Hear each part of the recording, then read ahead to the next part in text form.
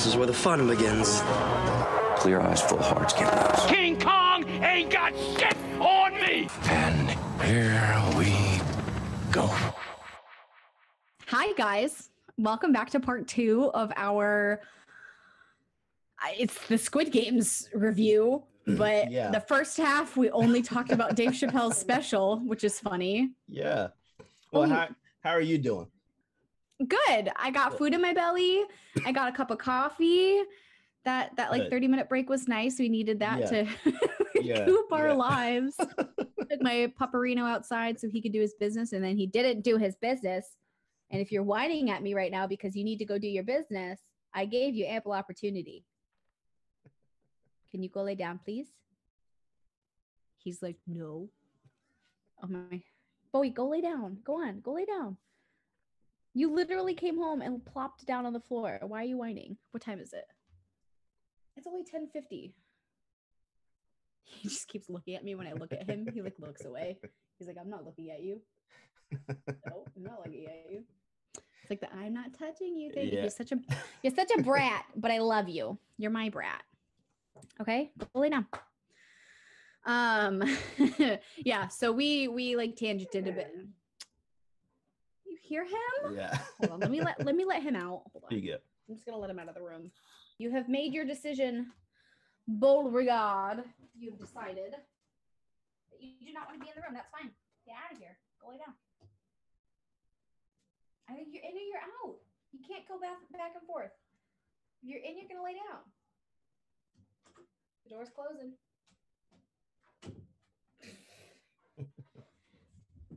Bowie, this is it. Lay down. Lay down.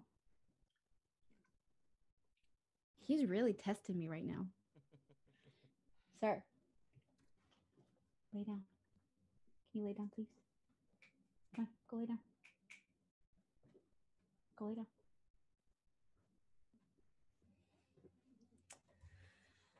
Okay. Anyway.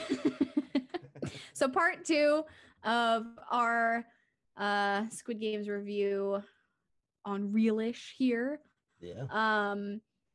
We pretty much only went through one article in part 1. So I'm going to go over a couple other quick little stories that we have. And then we'll get into our nice review. So, you know how they were talking about Tiger King, like a new season of Tiger King coming out? Yes, thank God. So there is also, I don't know if this is additionally or if this is the new thing, but it's Joe Exotic, a show that's going to be on the Peacock streaming service, which is like NBC's like streaming service. Yeah. And it's going to be starting Kate McKinnon as Carol Baskin. Wait, hold on. Like Kate McKinnon from SNL, from like Ghostbusters. Yeah. Like... Wait, hold on. Is this a comedy? I don't know. It says it's a true crime Peacock series starring Kate McKinnon and John Cameron Mitchell, who... Okay. So I'm going to have to pay extra to see this. Oh, John Cameron. Who are you? John Cameron Mitchell. You look really familiar. Because wasn't Nicolas Cage supposed to be Joe Exotic? Nicolas Cage could not play Joe Exotic.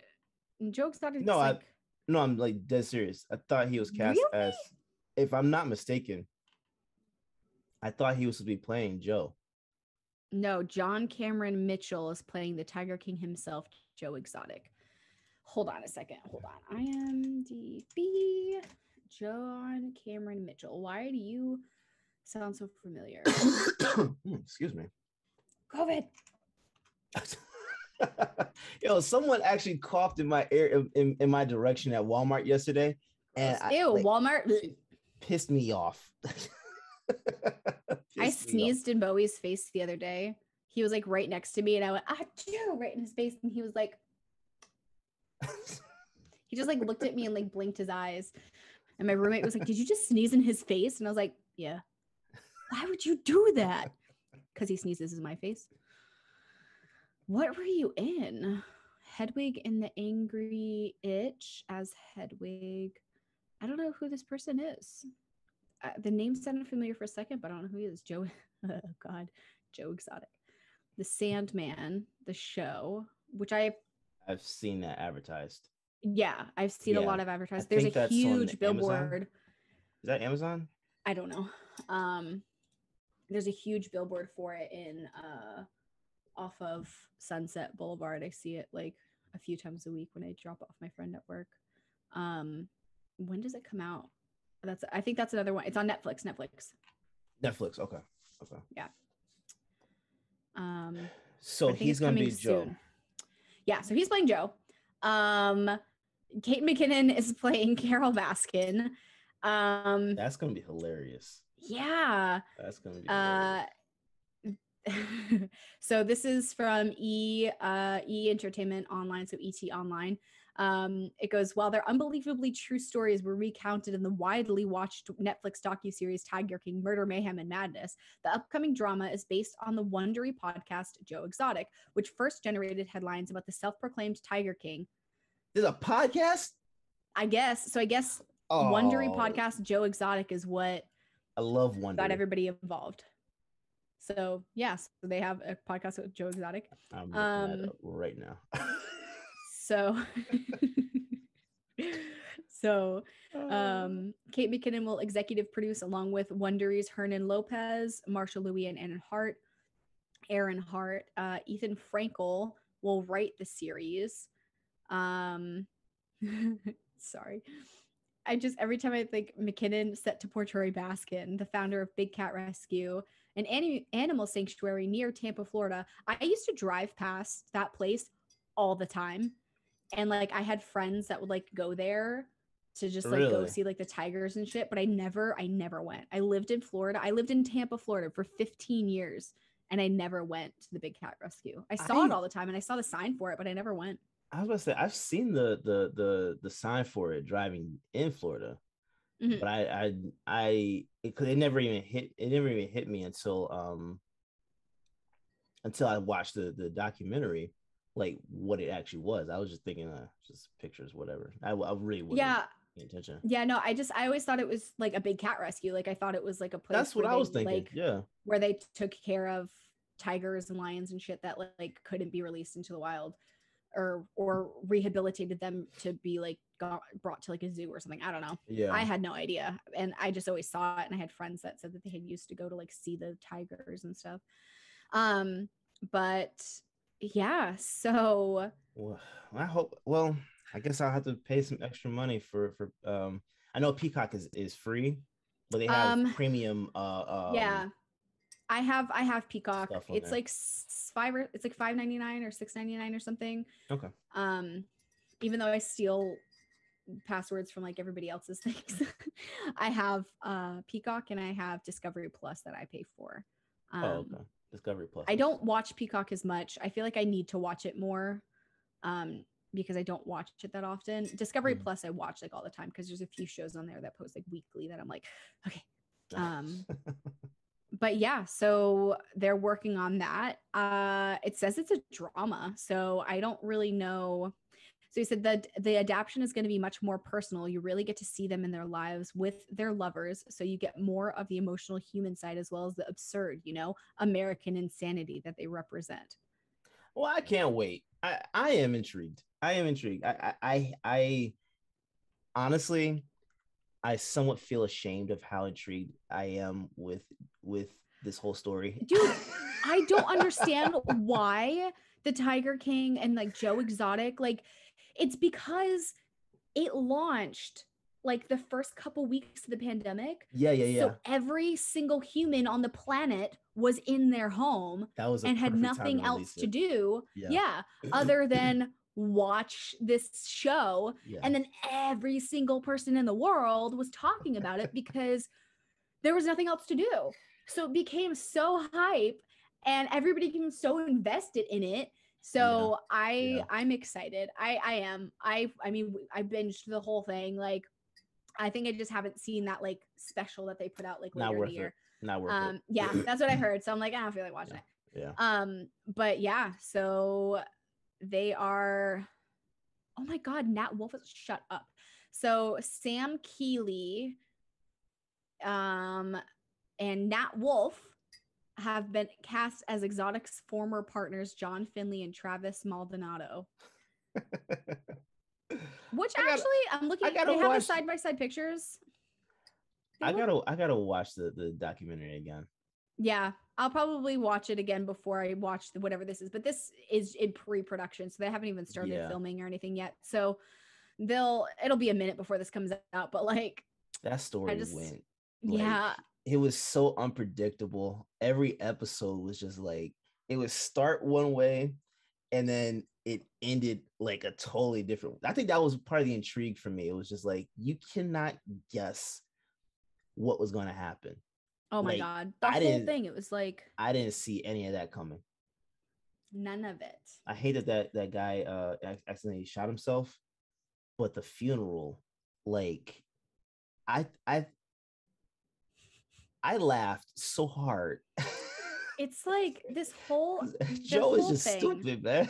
It just seems like so fake, but it's real. Does. Yeah. And it's like and Carol Baskin. I think it's funny because I think Kate McKinnon played Carol Baskin on SNL. Yeah. So it's funny that she's playing her in a serious role now, which is going to be. It's just going to be a thing. I can't. Yeah, I will be watching that one. All right, let me close out of that. Get rid of these articles so I don't get mixed up. That 70s Show is coming out with a spinoff called That 90s Show. It's going to be Eric and Donna's daughter is going to be going and moving in with his parents. So Kitty and Red are reprising their roles, and I am so excited. Hold on. Yeah. Okay, I could get with that. Yeah. So let me see. It's going to be on Netflix. The streaming service announced the new project yesterday, Friday, October 8th, revealing that the upcoming sitcom will take place in a different decade, the 90s, with original creators Bonnie Turner and Terry Turner stepping in as executive producers. So that's going to be good. Having original creators on a reboot or a spinoff is always what you want. Yeah. So it's going to be following Eric and Donna's that 90s show won't be following Eric, Donna, and the gang as they kill time in the foreman's basement. Instead, the new comedy will time travel viewers to Wisconsin in 1995, where Eric and Donna's daughter, Leia, yes, you read that correctly, is visiting her grandparents, Red and Kitty. Netflix description teases it as sex, drugs, and rock and roll never dies. It just changes clothes. Yeah. So then, all right. Yeah. All right. So 10 episodes likely. Yeah, probably 10 episodes. It says Leia's going to be befriending a group of Point Place kids, some of whom we're hoping are connected to Jackie or Kelso. So if they have some kids. Yeah, you definitely not bring a Hyde in. I don't think so. That dude's gone. I wonder what they're going to do. I wonder what they're going to do. They're either kill him off or they're going to joke about him being in jail. I feel like they're going to joke about him being in jail. That is another way to do it. Which is pretty much. Which is fair. Like joke about him being in jail for like drugs or something. I don't know. Yeah. Which would fit. Yeah. It fits his character for sure. Yeah. So Kitty and Red are the only two that are confirmed to be returning.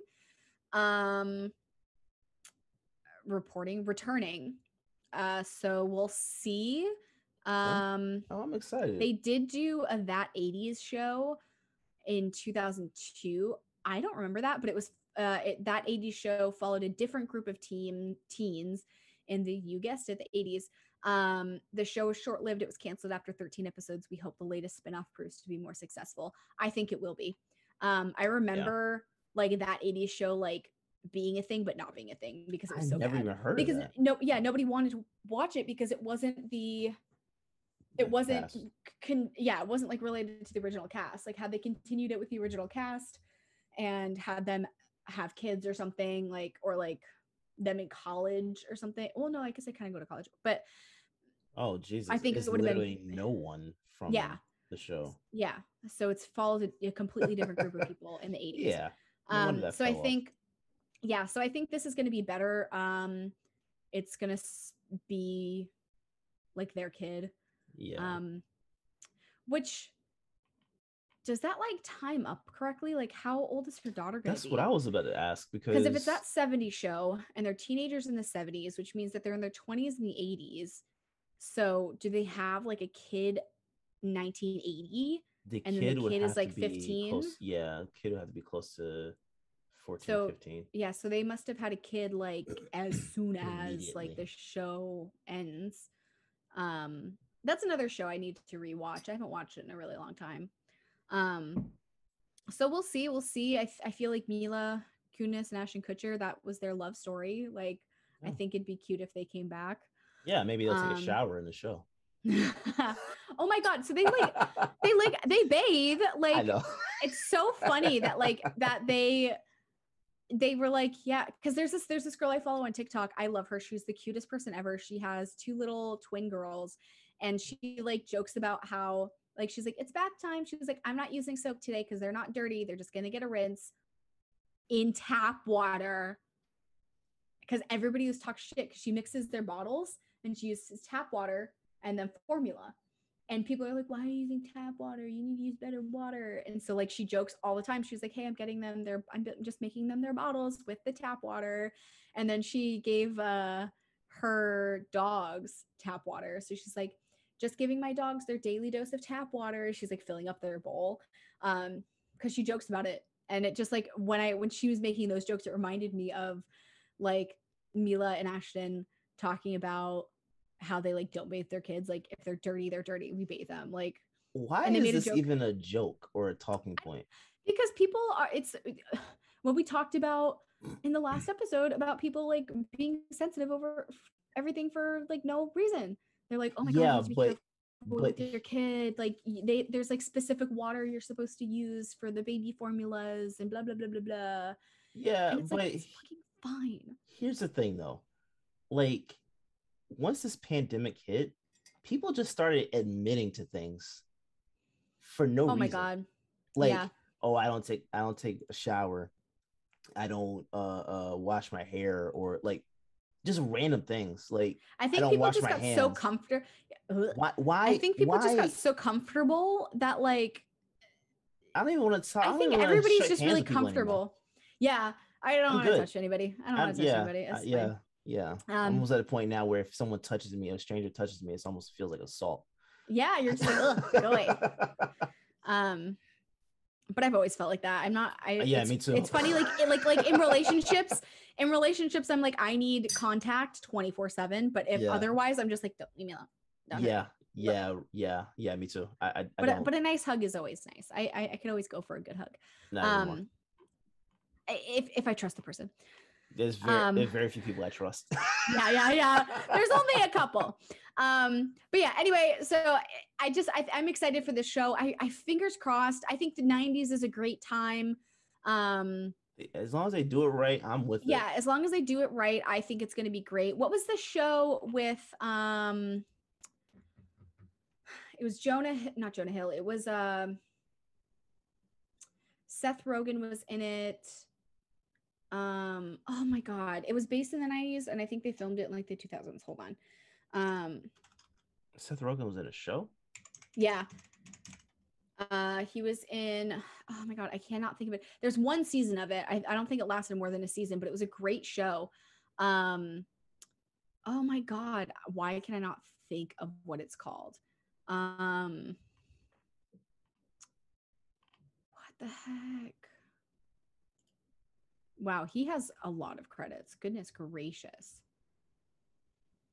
Seth Rogen is across the board so talented. He is.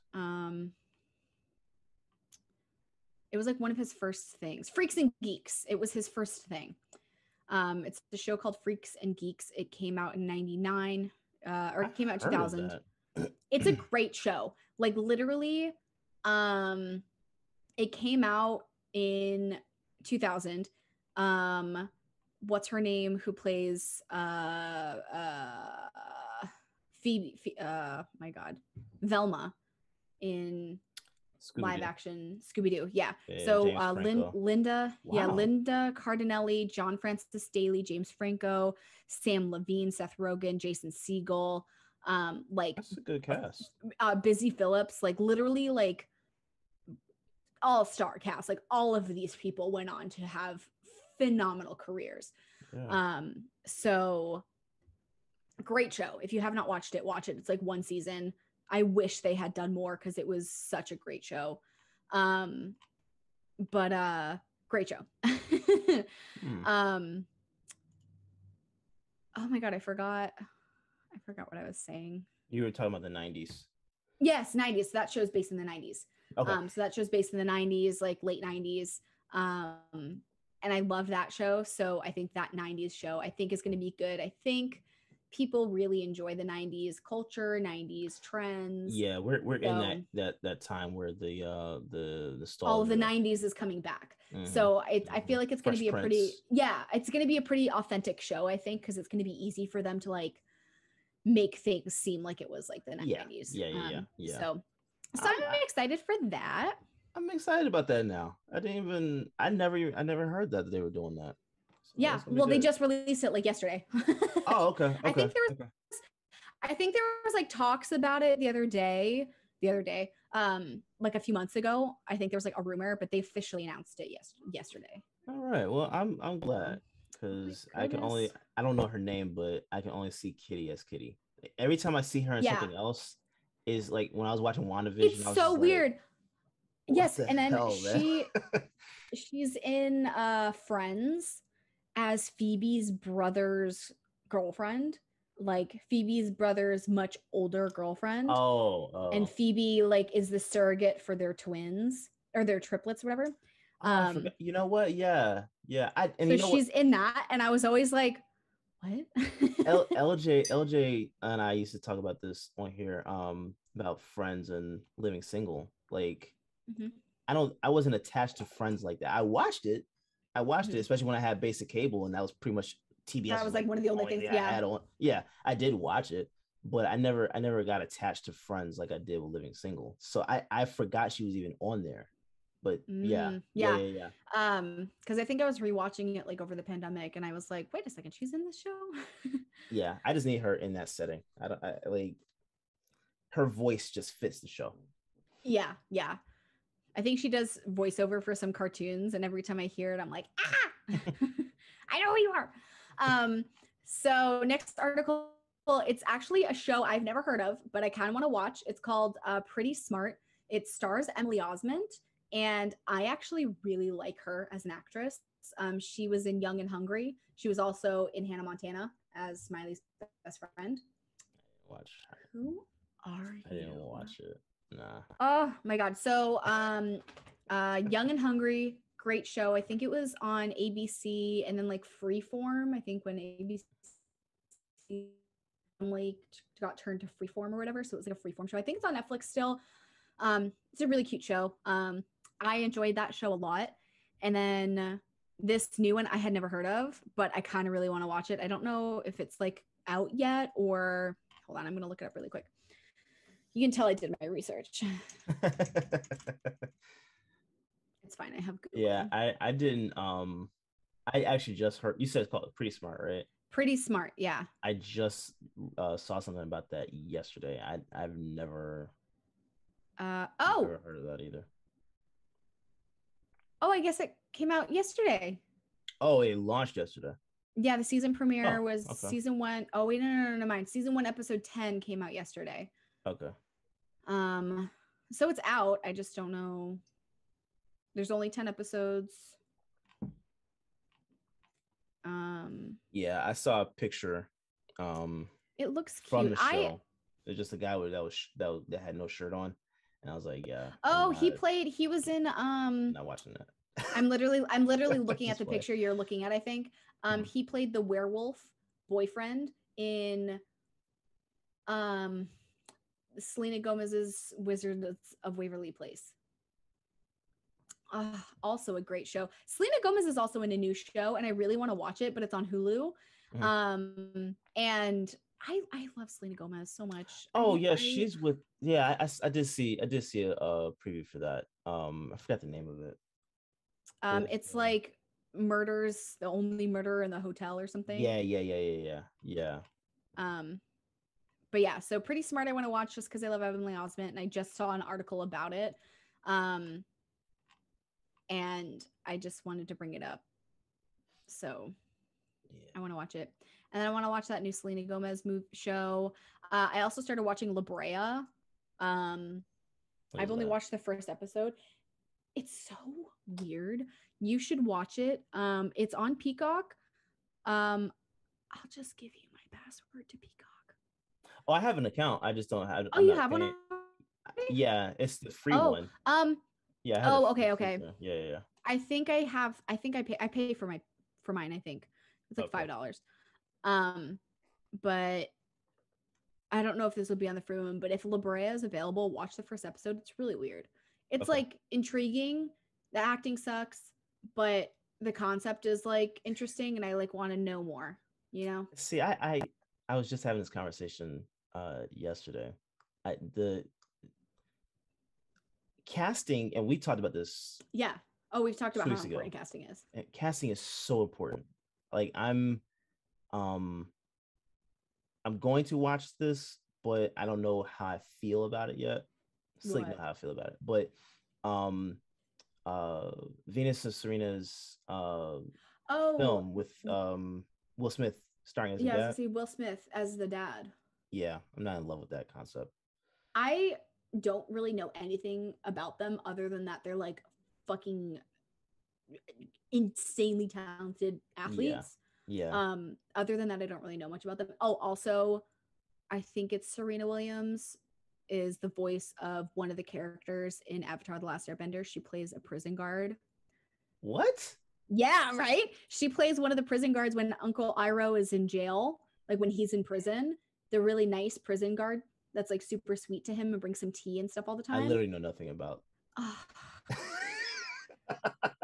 I got excited. I thought you like knew what I was talking about. No, but maybe our listeners know. Maybe our listeners know. Yeah, no, it was I remember I was looking up like the cast list for something and I saw that she was there and I was like, oh my God, she's it. And then I saw that she plays the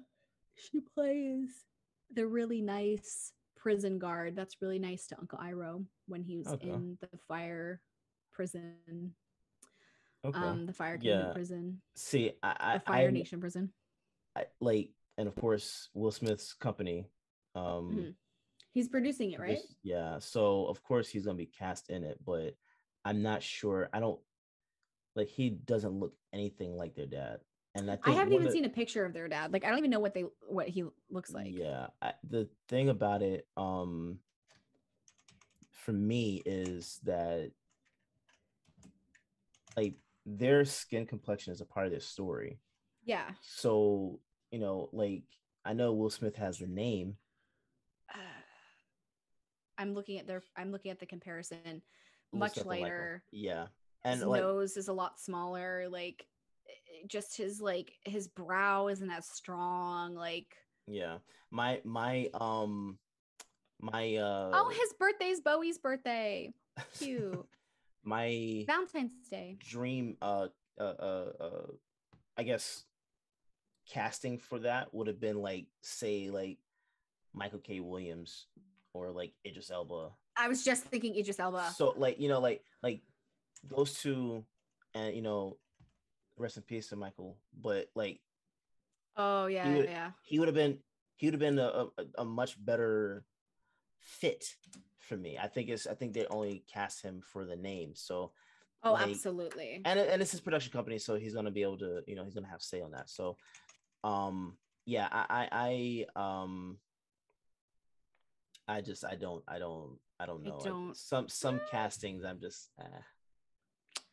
and I'm sorry, I don't know what we were originally talking about. I forgot why. That's okay. It came up because we were talking about like voice actors and like I don't know. We tangented. It's the ADHD. That's what that is. Yeah, I mean, I'm looking at some pictures. Yeah, no, like those like pictures of like a more authentic like Jesus. Yeah, Black Jesus. Yeah. Yeah. Like, yeah. That's what Richard Williams, he looks like that. Like his Yeah. beard and everything. Yeah. Yeah. He's got very strong features. Will Smith has softer features. Yeah. And that's why I'm not with that. So yeah, I forgot why we even started talking about casting. Okay. But I'm looking at a picture. I mean, granted, he is much lighter toned, but I'm looking at a picture from Variety of yeah. And like they did his hair way more like it, in the beard and everything definitely adds to it. Like I'm skeptical, but I love Will Smith, you know. I do too, but I'm not. And maybe like younger. Not even younger. Richard Williams. Not even younger. Not even younger. Just because to me, a part of the story is their complexion. That was a strong point of their story. So and that's always been their thing, because they are really, really dark, and that's a part of the story. So you have to in who they are. If you're going to captivate the story, you have to do it the right way. And that's Idris Elba would have been. Will Smith colorism backlash erupts after Richard Williams. Yeah. Fought after. Look up the stuff that happened with the Nina Simone biopic. With what's that girl's name? Oh, I forgot her name. Ooh, I forgot her name, but she did she played Gamora. Zoe Saldana. Thank you. The backlash, she got the same backlash over playing Nina Simone, and that's my whole issue with casting in general, especially when you're casting for she is much darker. And they had to use Zoe prosthetics. Saldana mixed? They used prosthetics. Yes, they gave her a prosthetic nose. I'm just this is a whole different conversation, but it like I'm okay with people that maybe like don't really resemble someone, but their mannerism and speech. The thing is that the character there, like Denzel Washington playing Malcolm X. He didn't look like Malcolm X. Like he doesn't look like Malcolm X, but he carried the role. He personified him well. He did he personified him well. So same thing with like the guy who played Biggie Smalls in Notorious. He doesn't look a thing like Biggie Smalls, but he sounded like him. He walked like him. He had the different mannerisms, and so you could go right past that. But Anthony Mackie playing Tupac made no sense. Anthony Mackie has his gap in his teeth, and Tupac had straight teeth. Perfect teeth. So you can't. I'm a huge person when it comes to like teeth. I don't know why, I just always look at teeth. And I remember seeing a picture of him like smiling, and I was like, he has some really nice teeth. That was my first thought. I was like, I don't even think I knew who he was at the time, but I think I saw that picture and I was like, damn, that guy's got some nice teeth. But yeah, no, it's so wild that Hollywood, like, you take, especially for like a biopic or something, or like a whatever, you easily could find an actor that looks, acts, sounds just like these people, but they want a name. They want, because they're, but like, and it's like, you could have like a super famous person, and you don't need to have, sorry, the weirdest hiccup just now. You don't need to have like a Will Smith or a Zoe Saldana to play these characters. You can find somebody that looks, sounds, acts just like them, and cast that person and still sell a movie. You don't need to have that name. Like Will Smith being a producer is name enough. You know, but see, that's one of my biggest things with Hollywood that bothers me, is that like they could find like a nobody name that would fit perfectly, that would bring that character to life and really embody that person, but they don't, because they want to make money, and they want, which I understand, but you have it's to like, sell tickets. Still, you have to, like, I get it, but like it doesn't do the story service when you do stuff like that. Like, see, if I were in charge of casting, I would cast either Idris Elba or Michael K. Williams as Richard Williams, right? I would have then put Will Smith in the movie, whether it's a real character or not. Yeah. Still the name. It's still there. He's still in the movie. You know what I'm saying? But just have him as a different character. He doesn't have to play the father. You know what I'm saying? So that's my whole issue. Like I don't like when casting directors do that, because to me it just takes away from the film itself. Who? Sorry, like I was trying to think of. Ice-T's son. Literally looks identical to his father. Him playing him identical in Straight Outta Compton was phenomenal. Like it, but then that casting, they did a pretty good job with that casting. They did. I just don't like who they cast for Snoop Dogg. I forgot what's that guy's name. Oh, I know who you're talking. I don't know his name, but I know who you're talking about. I don't know why I'm looking on names today. But he didn't look. He looked somewhat like the mannerisms of Snoop, but I just like a super young Snoop Dogg. Yeah, but Snoop has somebody else too. Somebody else that I was thinking, he's the guy that was in Blood Diamond. Yes. Digimon Hansu. Yeah. I don't know how to pronounce his name, but I was trying to think. I was like, what the fuck? He's another guy that could have played Richard Williams. That's what I'm saying. I was like, I knew that there was somebody else in my head and I could not think of who he was. Oh, that's right. He is in Guardians.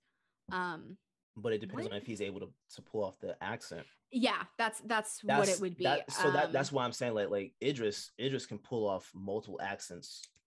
Oh, super easy. He's too good with it. Pretty much all British actors have this ability. It's like Daniel Kaluuya. It's because he's phenomenal. The British acting like classes, American accents sell more. Mm-hmm. So because the American film market is much bigger than the British film market. Yeah. So if you take any classes in England, they work on accents and they work on American accents and stuff. So that's why they're all really good at it. They are. It's the same with Australia. That's like part of their classes, like their base classes for acting.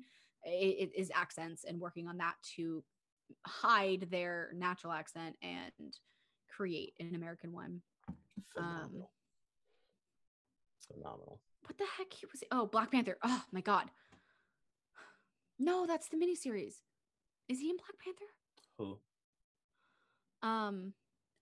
Heroes? Is it Heroes? I was trying to. Yeah, hold on. I never got into it.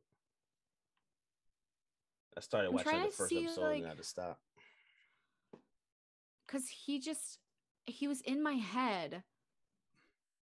And I'm trying to think of what I saw him in that put him in my head as some.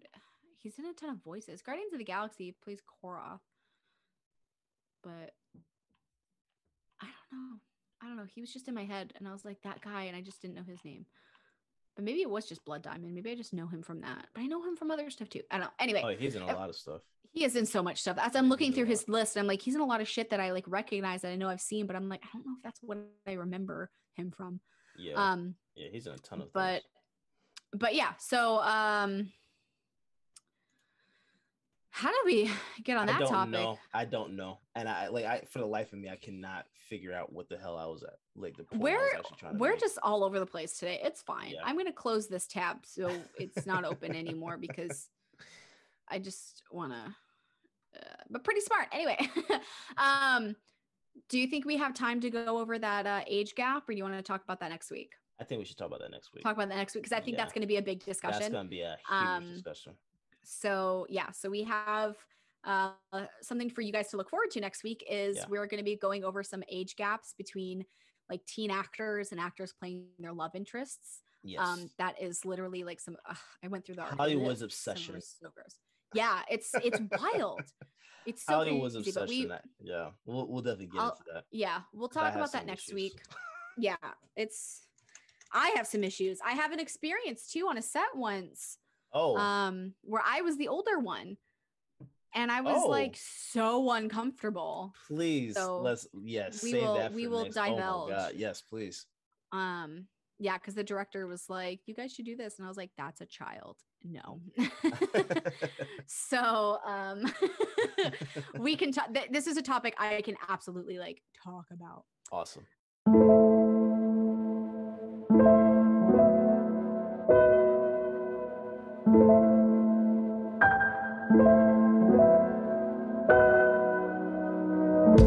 Hi, hello, ladies, gentlemen, and everyone in between. My name is Jessica Lemon, and I am the host of Sour, Sweet, and Spooky, a paranormal podcast with a little true crime squeezed in. Because where there's paranormal activity, there's gotta be some kind of true crime involved, right? I talk about ghosts, aliens, murder, cryptids, urban legends, conspiracy theories, and more. Stories from all over the world for you to enjoy every week. So check me out on social media at Sour Sweet Spooky and pretty much every platform that podcasts are found. And be ready for a brand new story. Oh, and remember, stay sour, stay sweet, stay spooky.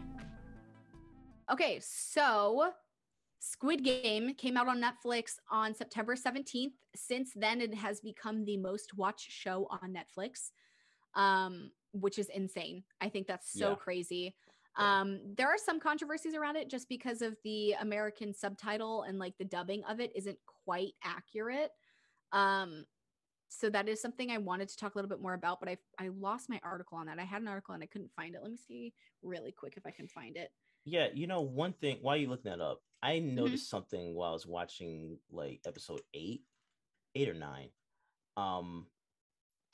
I had the captions up just so I could it was like some parts I just needed. Did you watch it in Korean with American just captions, or did you listen to it with the American dub? Or the English dub? It had the English dub. Okay, so I didn't watch it with the English dub. I watched it in Korean and I had the subtitles. Oh, see, I didn't even think and even about the like that. Subtitles weren't, I don't think were entirely correct, because there's a couple spots where they speak English. Yeah. And the dubbing for that was, or not the dubbing, the subtitles for that wasn't even what they were saying. It was really weird. See, and there's like on Netflix, they have English closed captioning and then just English subtitles. They have two different types. Oh. And I don't know why, because the English closed captioning says exactly what the English dub is saying, but then the English subtitles say something totally different than what the English caption, the English dub is. Yeah. So the first article that pops up, make sure you're getting the real experience meant to be displayed in this and other works of art. Watch the show with subtitles on, not dubbed, and not with closed captions. To do this, when you start Squid Game on Netflix, the caption options are on the... Oh my God. Literally an ad covering up half of this. Stop seeing sad. Go off. I don't want it. Whatever. It's like, sorry, will not. No, oh my God, close. Sorry. This ad literally just covered up half of my article and now I can't read it. I hate when that happens. What the hell? There it goes. It went away. That took way too long. No, it's back. Oh my God. Whatever. It says to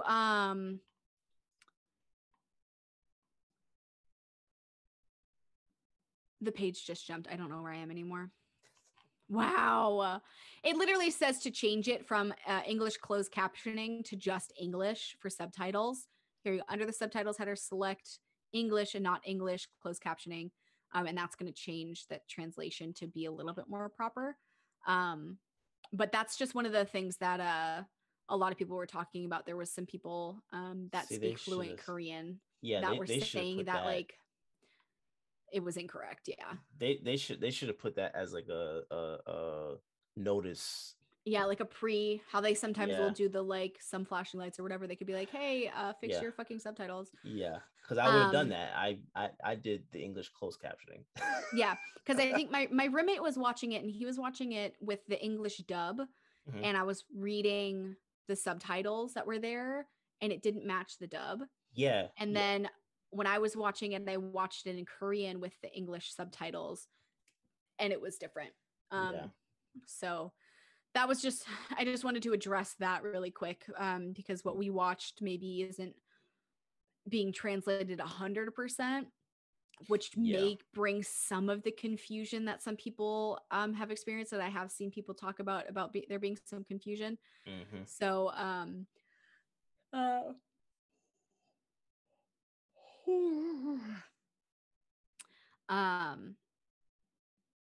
yeah, so the English closed captions, which is different from the English subtitles. So if you have the English subtitles, I think it's more correct. Yeah. Because like the English closed captioning would say go away, but the English subtitles says what are you looking at, which is two completely different sentences. Yeah, and two different interpretations. Things like that those are two different things you would want done. Yeah. So yeah, so that is very interesting. I wish they had put that up as a warning or something at the beginning of the show. Yeah. So still thought it was a phenomenal show though. Yeah. Oh my God. That was very well done. Scary. Yeah. Oh my God. The premise of the show. So let me read the tagline for it. Hundreds of cash-strapped players accept a strange invitation to compete in children's games. Inside, a tempting prize awaits with deadly high stakes. A survival game that has a whopping 45.6 billion won prize at stake. You do the conversion? I did the conversion. It's like $38 million. Yeah. Like 38, like $1 million American dollars. Yeah. Which is a lot of money. It's a lot of money, but it's a weird number. It is a weird number. Because like, why wouldn't you just round it off? Yeah. I don't know. That is maybe it was supposed to be 50 billion, but not enough people showed up. Because you had the choice to go play. That's then true. You had the choice to not play. So maybe they had planned it to be like 50 billion, but a bunch of people didn't show up. No, because when they invited his 456, when they invited him to the game, they said we have limited spots and like this is, you need to do it now. But even saying that, like, yeah, we have limited spots, maybe their limit was the 50 million, like for the dollar amount anyway. 50 million for the dollar amount. So that would probably put it closer to like, if there was a round number, because his number was 456. He was the last one. He was the last one. Yeah. So maybe it was 500.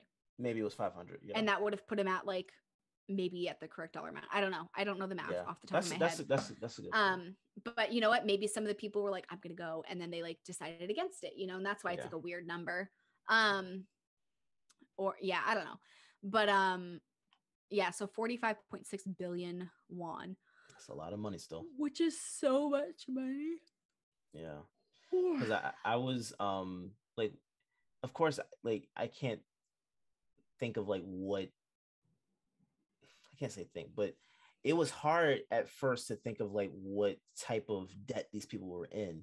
Yeah. They were saying like, I mean, it could easily be like, I mean, I don't think they have student debt over there.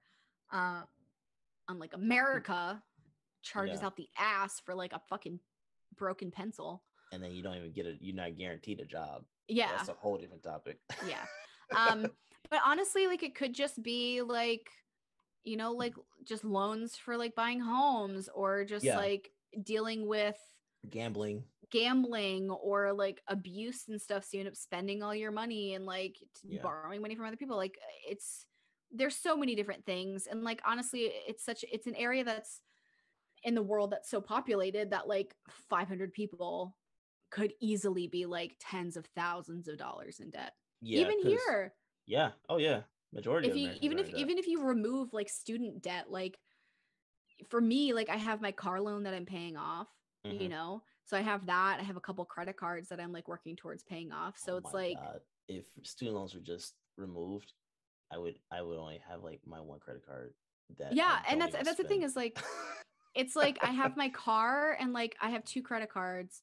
And then I think I have like something from like a doctor's appointment from like 2 years ago that they like suddenly were like, hey, you owe us money. I'm like, no, I don't. I paid the copay and my insurance covered it. What are you talking about? Yeah. Why I don't owe you like $80. Like I paid a copay. Like that's my coverage. They're probably charging me for like a Band-Aid or some shit. But yeah, so like I can't imagine also having student loans on top of that. But I don't know. I don't know what their things it is. It's probably like gambling and stuff like that. Well, that and that's they show that in the first episode of Mhm. of like 456. He was out with one of his friends. Like he stole money from his mom to go bet on horses. So yeah, like and then the money that he won, it got stolen from what's her number? Number 67. Oh, okay. So yeah, it was so yeah, he had a rough time. Yeah. He had a rough time. Poor so guy. Yeah, Netflix marketed tagline 45.6 billion won is child's play. And it is. I mean, they're literally playing like children's games, like children's schoolyard games. Yes. But with deadly consequences. Yeah, because red light, green light. Dude. Oh my God. So when they first started that game off, I was like, there's something going on. There's got to be something going on. Because I don't watch trailers. I don't like none of that. I don't even read the synopsis or plot or whatever. Yeah. I don't read any of that. I just watch the film. So when they started the game, I was like, this is weird. You're playing red light, green light. Just playing red light, green light, and then suddenly pew pew pew. No, because that's the thing. Like when the very first time she said red light, dude stops. The guy that was in front stops, and then he kind of like moved, and all of a sudden you just hear a gunshot. I was like, what the hell? That's when I realized. I was like, oh snap! Like this. Yeah, because then everybody freaks out because they didn't know that they were going in for like the death. Like holy shit! And so that of the 456 people, they that brought that down to right what? There. Like, more than half, just like immediately, which is insane. Yeah. So that was the first round. So they go through 6 games in total. Yeah. So the first one, red light, green light, which also like little girls in my building, I've never seen them play like red light, green light. I see them play out in the courtyard all the time. Mm-hmm. Like 2 days ago, I was leaving to like walk Bowie, and she's like red light, and they're like running. she's like or green light, and they're like running. She's like red light, you moved, you're dead. And I was like, you're like 7 years old. Did you watch this show or like what is going on? Because I've never seen them play it, and suddenly they're playing it, and I was like, oh my God. Yeah, I used to play this game all the time as a kid. Like I loved red light, green light. I loved it. That's the only game that they played that. No, they did tug of war too. So red light, green light. So I'm just gonna read the little thing for each of the rounds. So round 1 was red light, green light. In this one, a nominated tagger turns his or her back on the group and sings a song that matches the game's real Korean name, which translates to the Mugungawa flower has bloomed. The Mugungawa is the Korean national flower. Everybody else runs until the singing stops and the person turns around. Oh, this is their version of red light, green light? Their version of red light, green light. Okay. Yeah. So that's like the actual children's version of this, where this one was a little bit different. It had that big like very different thing, with like sensors and shit. Yeah. So then round 2 is honeycomb or papapji. The gamers cut stamped shapes out of a honeycomb candy, which is called papapji and is also known as dalgona. In real life, street vendors would sell the candy with a shape stamped into it, and children would try and cut it out perfectly. I saw this on like TikTok becoming a trend, where people were making the little things, the little like honeycomb or the little like sugar circles and like flattening them out and imprinting them and then just trying to cut it out.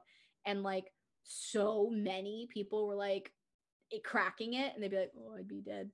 And it was before I had watched it. So I was like, what the fuck is this trend? I was like, what am I watching? Like, what do you mean you'd be dead? Like, what is this? So then when I realized it was part of Squid Game, I was like, Oh, that's one of the things.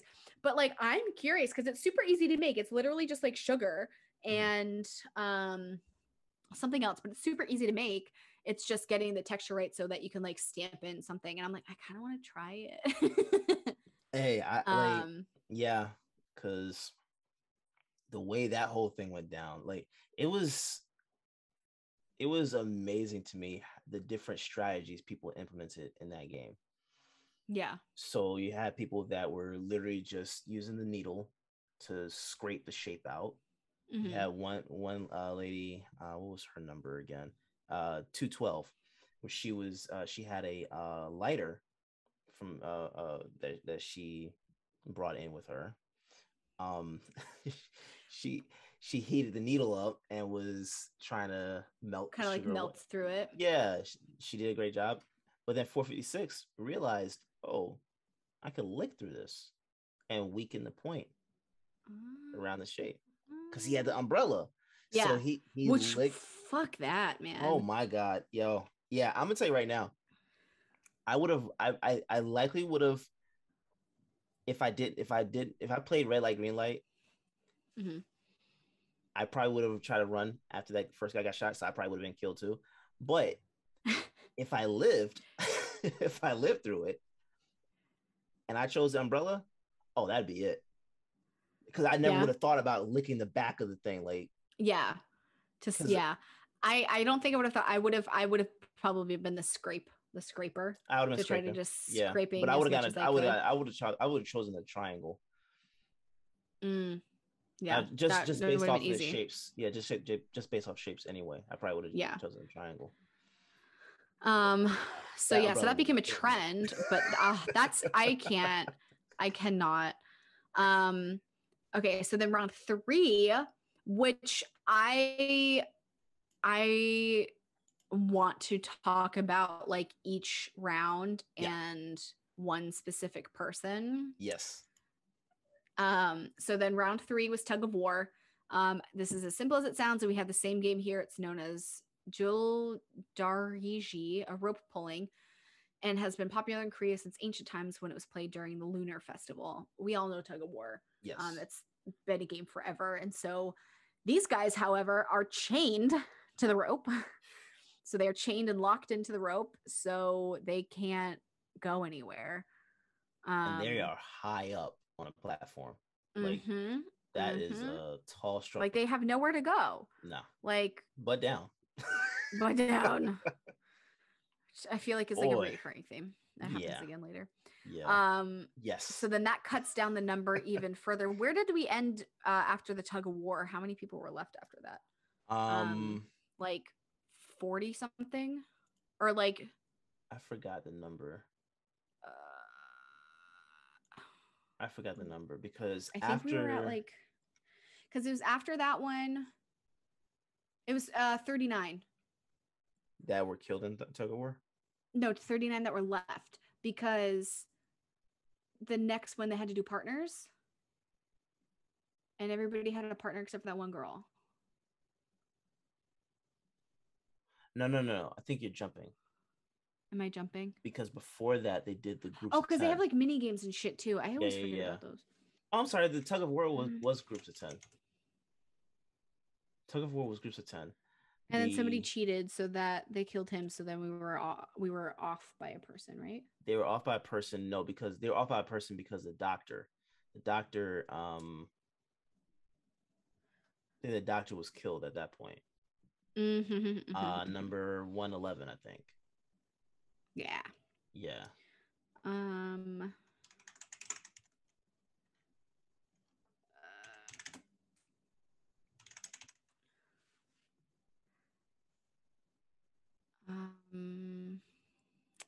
I looked up like Squid Game numbers per level, but like it didn't. Okay. So then that was tug of war. So after tug of war, we had marbles, which that was probably I was so stressed. Oh my god, that was probably the most stressful one. Like, not only did they have to like come up with like a specific game to play, granted their only real rule for that one was to get the other person's marbles without violence. Like that was really it. And yeah, so that one was really just like tough because like 4, 5, 6 and 1 got partnered. That part like right before that was like when they were just choosing. Yeah, when they were choosing was like really stressful. And then when 4, 5, 6 goes to be like, I'm gonna be partnered with 1. And then that girl is freaking out. I don't remember her number, but she was going insane.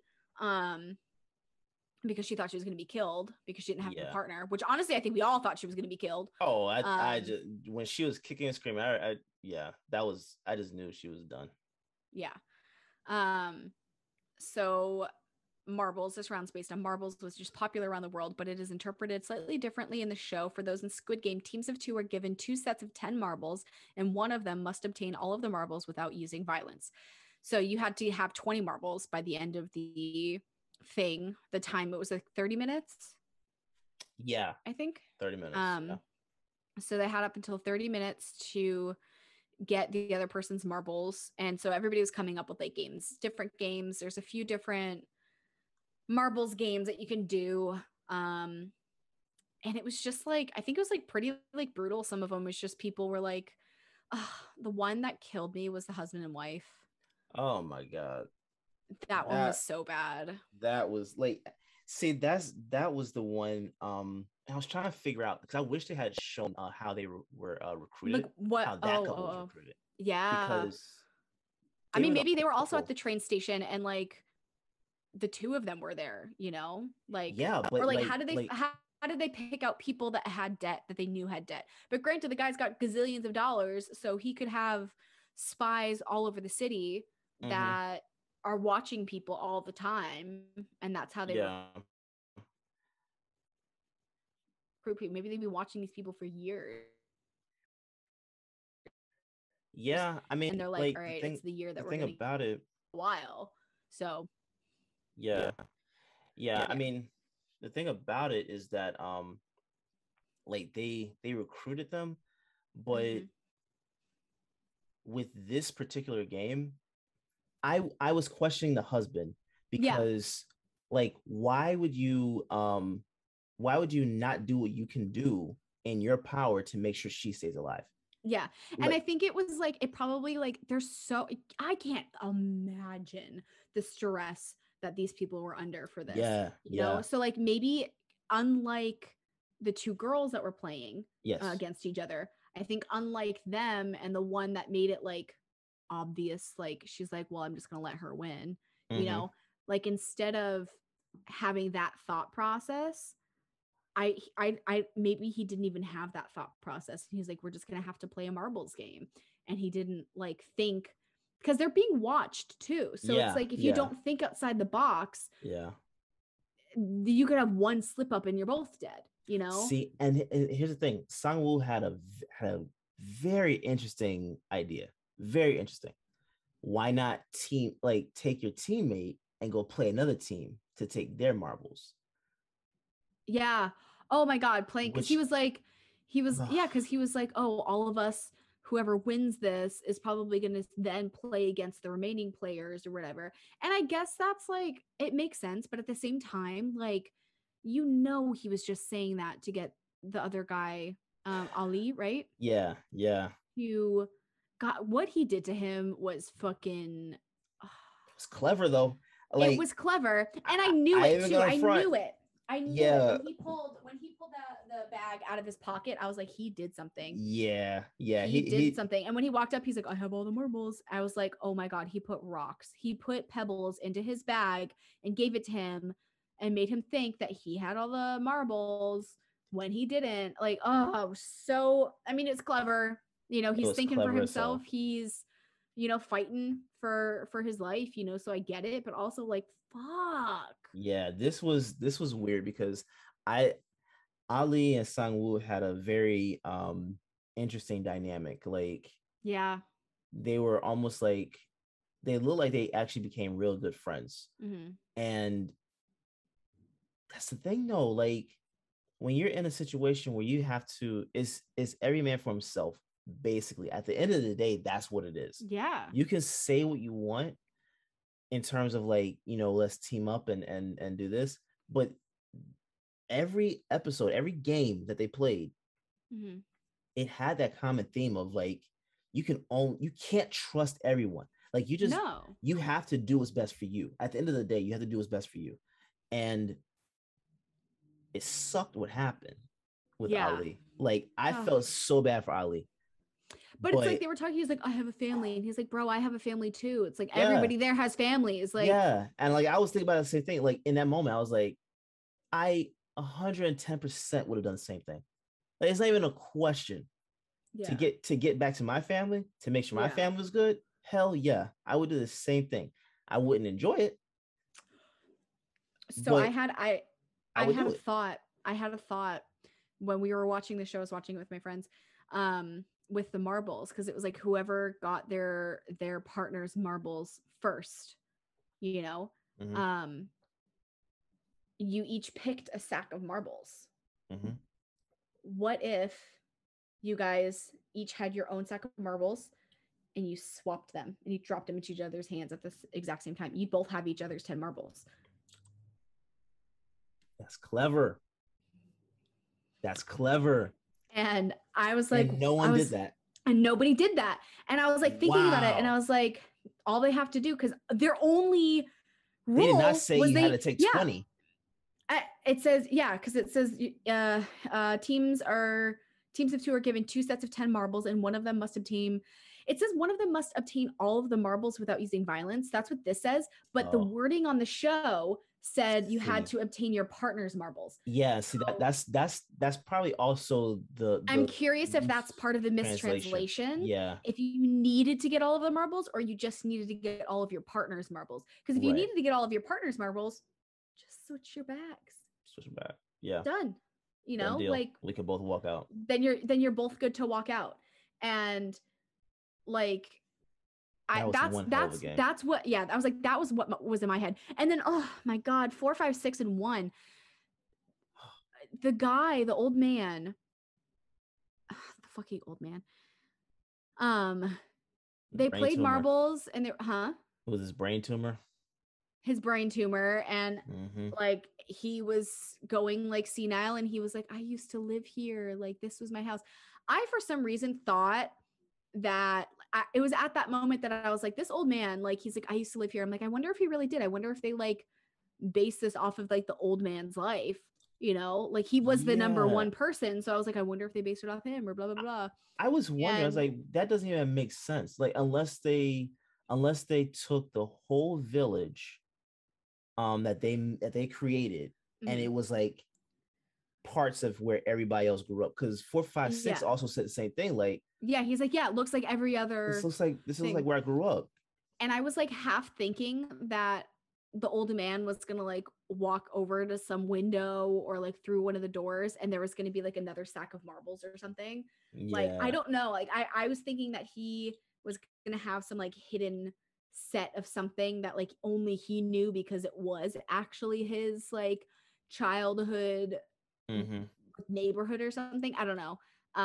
But that was like really like kind of heartbreaking, because it was just this old man, and he is losing his mind, and then the guy is like cheating, but like not really cheating, but like not cheating. Oh no, that was full on cheating. That was full on cheating. It was cheating. And I was confused, because like, didn't the other guy cheat and that's why he died? Which one? The doctor guy. Oh, the doctor. Yeah. Well, he didn't cheat. He was a part of the scheme of trying to. So the whole base theory of this place is that everyone is equal. Everyone has the ability to win from an equal standpoint. So he was receiving a tip for what the next game would be, because he was helping to remove organs from the dead bodies, so that's they can sell them on the black market. Yeah. I forgot about that shit. So and that's why they all they all died, even the staff workers, because you're not allowing everybody to work from an equal footing. It's all, this is now, which I mean, like I get like why he did it. Yeah. You want the advantage, and to me, that's when you're playing games, you're gonna find the way to. You're gonna try to find your advantage. Yeah. So I get it, but at the same time, yeah, they oh my god, they took him out. But I was also wondering if this was a part of it. These games that they're playing, is it possible that this has something to do with population control? Maybe, because it's supposed to be like in like a kind of it's like a future thing. Yeah, it's a remote area, island. I think it was an island that's off of Korea. Is that what it was? Because they were in Korea, right? Yeah. So yeah, that's why I was wondering if that's why it was population control, because you have all these people that are in debt that aren't contributing to society. Yeah, like that was my thought, like I think right around like the third episode, like if that's what it was, because that would also also kind of explain the games, like why they had such extreme consequences. Well, it's like the Hunger Games and like the Purge, like they all kind of have that reoccurring theme of like population control and power control. Which I don't. But I mean, like the Purge and the Purge and the Hunger Games is like a government power control, whereas this is literally just games for rich people to watch people die. Yeah, which they have attachments to the government, so it's still, to me. So they do still have government. But yeah, so the marble game was really sad with like the old man. He's just like stumbling around, and then 456 is freaking out because like his partner has lost his mind and he's just stumbling around. He's like, I just need marbles. Yeah, he's lost his marbles. He's literally lost his marbles. But like it's really sad, and then he like cheats to get him to like win, and then like the old man like gives him the last marble and remembers his name at the last second, and then they turn the corner and he dies. And when I was watching that, you see literally everybody else get shot in the head. You see almost every single person get shot in the head, but you don't see the old man get shot. Yes, which is what I was kind of questioning. I was like, I was wondering if I was like, oh, I'm glad they didn't show the old man die. That's so sad. And then like later I was like, they did it for a reason. I see. And that's the thing. I was sitting here, I was like, man, of everyone that they showed their brutal death, whether it was by gunshot, fall, whatever. Oh God. The next round. Continue. We'll talk about falls. We'll talk about falls in a second. But whatever it was, to me, it felt good to also kind of like get a censor. Yeah. Because it was like a palate cleanser almost. Yeah.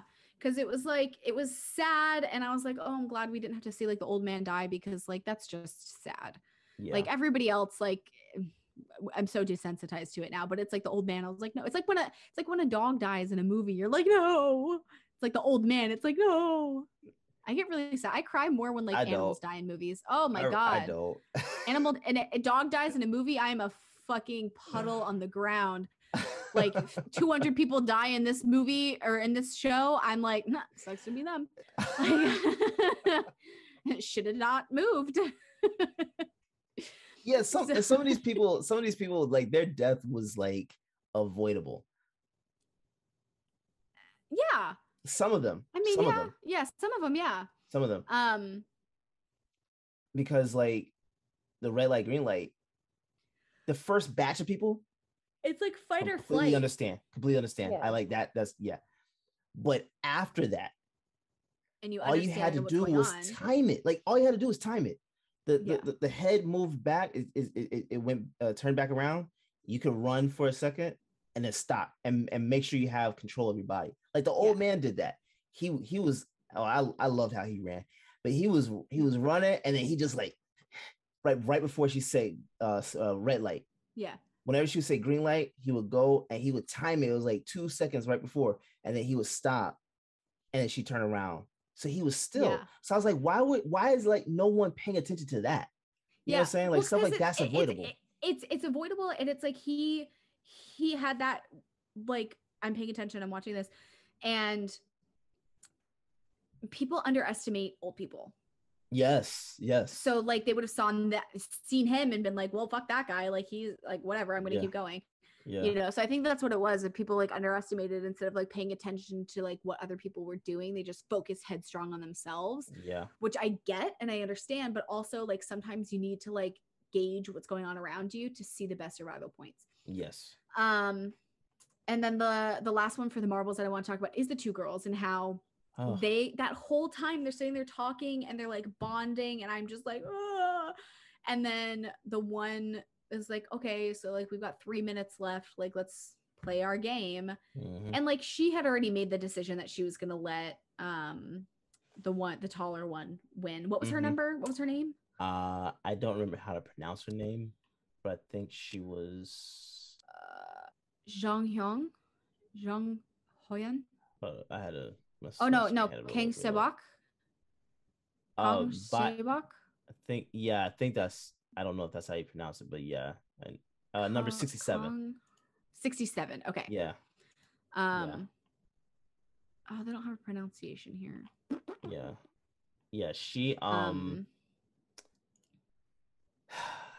I got beautiful. why she did that. Sorry, I had to point that out. She's stunning. Yes, like, she is. Perfect human. Yeah, anyway, I'm like, looking at her headshot, and she's got like bright ass red hair, and I'm like, hell yeah. We'll get to red hair soon. Oh my god. I like, I got why she did that, but I wouldn't have done that. I would have done that. No. Survival of the fittest. The one girl, like, if you could get. Well, I know. Well, the thing is like the girl realized, the smaller one realized that she had nothing to live for. Yeah. And that's but if you win the prize money, you can like have something. But I think she was just being empathetic in the way that she's like, I would just go waste this money. Like, you actually have like a little brother that you need to go take care of. Like, you have your mom that you need to get out of North Korea. Like, you actually have a reason to win. Whereas the other one was like, I just got out of prison. Like, I don't have anything. I don't have anyone. Like, there's no one to miss me. There's no one to share my wealth with. And I think that's maybe where she was coming at. She was like, I have no reason for any of this. I would have taken care of her family. Yeah. Oh yeah, absolutely. No. I'm saying I'm winning the game, but I'll take care of your family. Yeah.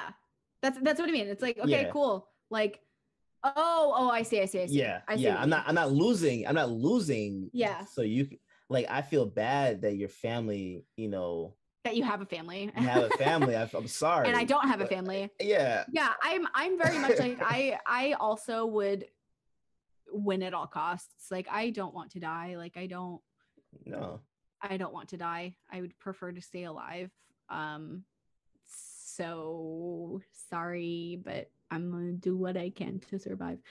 But so when she just drops the one marble, I'll adopt him. It's fine. I'll take care of him. We'll live a good life. We've got millions of dollars. But so when she just drops the marble and just lets it fall, and 67 is just like, what did you just do? Like, you just let me win. Like, why did you do that? And then it's so sad because she's like, hey, thanks for playing with me.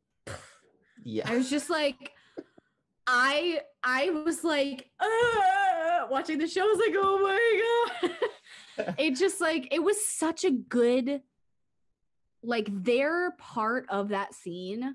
Yes. Was one of the best. So good. I think that their conversation and their game and their last words to each other was probably one of the best parts of the show. If I had to pick, like, that was probably my favorite part of the show. Like, most like emotion, and I don't know, I loved that part of the show. So I just wanted to make sure we hit on that about the marbles. Yes. So then now we're in round 5. There's 2 rounds left. This one's the glass stepping stones, which what the fuck? I don't even know. So this round, players have to hop across a suspended bridge lined with panels of glass, but some of it is normal and some of it is tempered or made stronger. If one of the Squid Game players chose a normal pane, then it would break and they would fall. This was inspired by games such as hopscotch. Oh, that makes sense. Didn't even think about that. I didn't put that together either. I was trying to figure out what kids game that was, but hopscotch makes sense. That makes complete sense. Because if you have to hop from one to the other. Yeah. There's so many people just like died and like just had their brains splattered on the ground. Like that, as suspenseful as the marbles was, I think the stepping stones was like just as suspenseful. The stepping stones, that was it was like the first part of it wasn't, but it wasn't until the players got to the point where they were like throwing other players onto the glass in front of them. See, and then think about it too. Like, okay, so this is my whole, I don't know how thick this glass was, but how the hell are you able to jump and put so much pressure on glass without cracking it? So what it is, it's glass and then tempered glass. So tempered glass is it's shit. I remember looking this up like forever ago. No, I get what tempered glass is in terms of like how it breaks. But I'm saying like regular glass, like you put pressure on like a glass cup or something like that. Okay, so tempered glass is 4 times stronger than regular glass.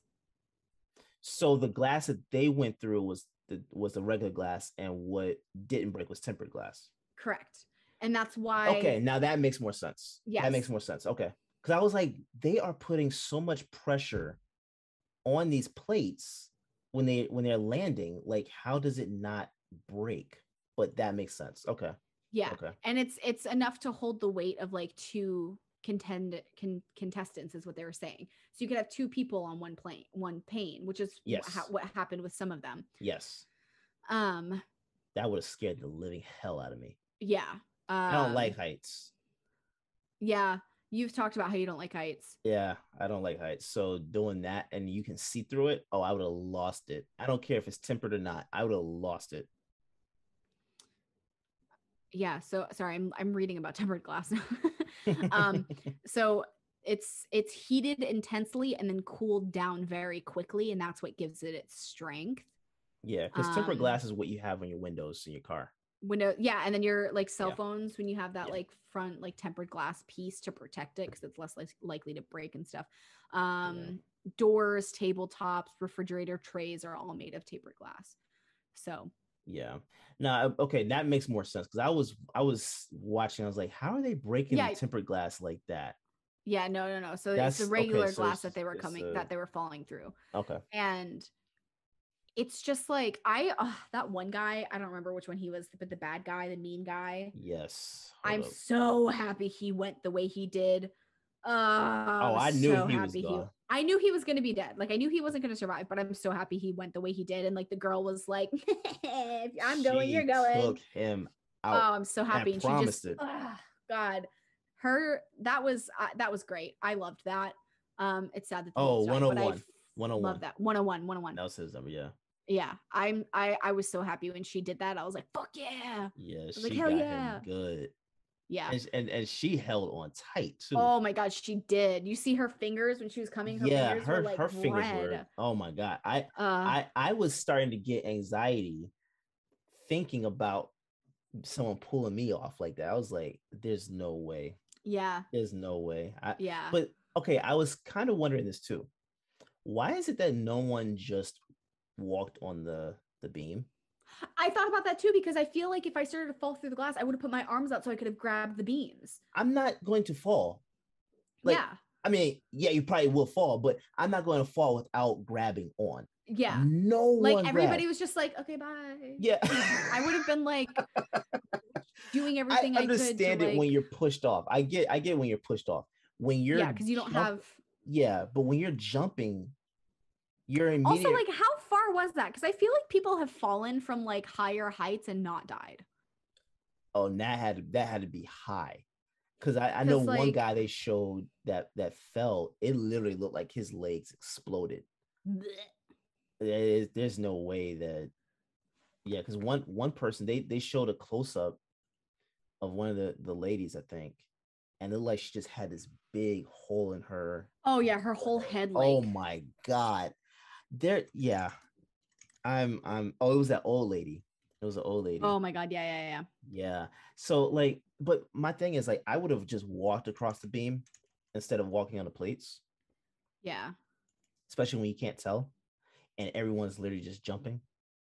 Like, just walk on the beam, you know, crawl on and it, maybe it's shuffle like on it or crawl on it, something. like, but I think maybe the thing is because it was so timed that they like, if you were like shuffling along the beam, but I would have like shuffled and like hit, maybe like punched the glass, because you hit the glass, regular glass, hard enough, it's gonna break. Yes. So then you would know that the other one was fine. So I feel like somebody could have just gone in the middle and like scurried along either side and like smashed it until you got to the thing and then just go across.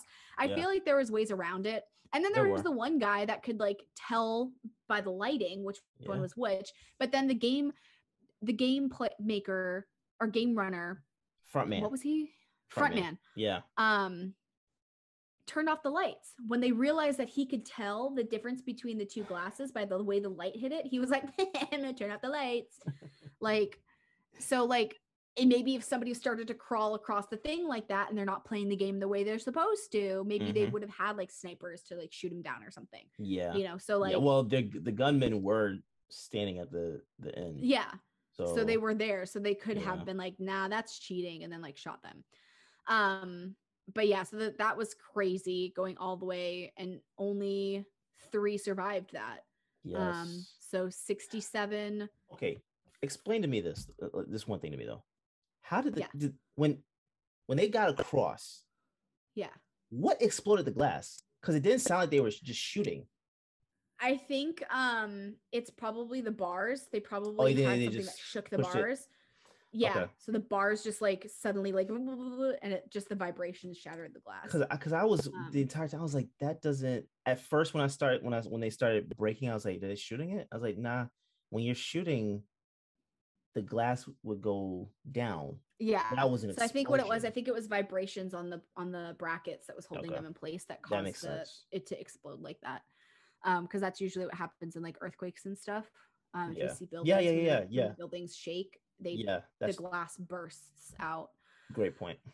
I have a brain sometimes. Yeah. It's not smeared on the floor of the tempered glass room. But yeah, so they made it across, just the 3 of them. So it was 67, 456, and then his friend Sanwoo. Yeah, I don't remember his name. I remember everyone else's name. I was just I don't. I think it's because 456 said his name like a million times. Yeah, and his mom. Yeah. And so this part really. So the glass explodes. They get the cuts in their face. That was a beautiful scene. That was like those very well shot. Beautiful. Yeah, as they're like turning away from the glass and like it's like slowly cutting their cheeks. You can see the blood. Yeah. Yeah, I loved that shot. I thought that was beautiful. And then they lead them out and you just see all the blood on the ground. I'm like, who got hit? Somebody got a big chunk of glass in them, of the 3. And because they're walking down the stairs and there's all the dribbles of blood. Mm-hmm. And I was like, somebody's hurt right now. So then they bring them in, and you can see it on her face though. Yeah.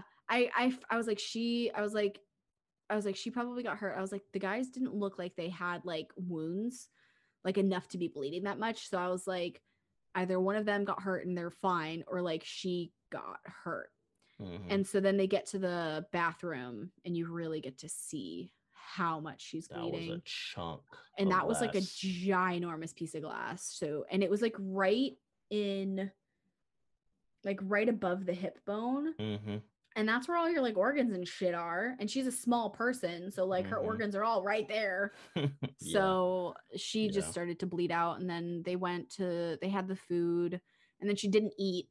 And I was just like, well, she's gonna die because of like loss of blood. Yeah, and I still would have eaten that steak though. That looked good.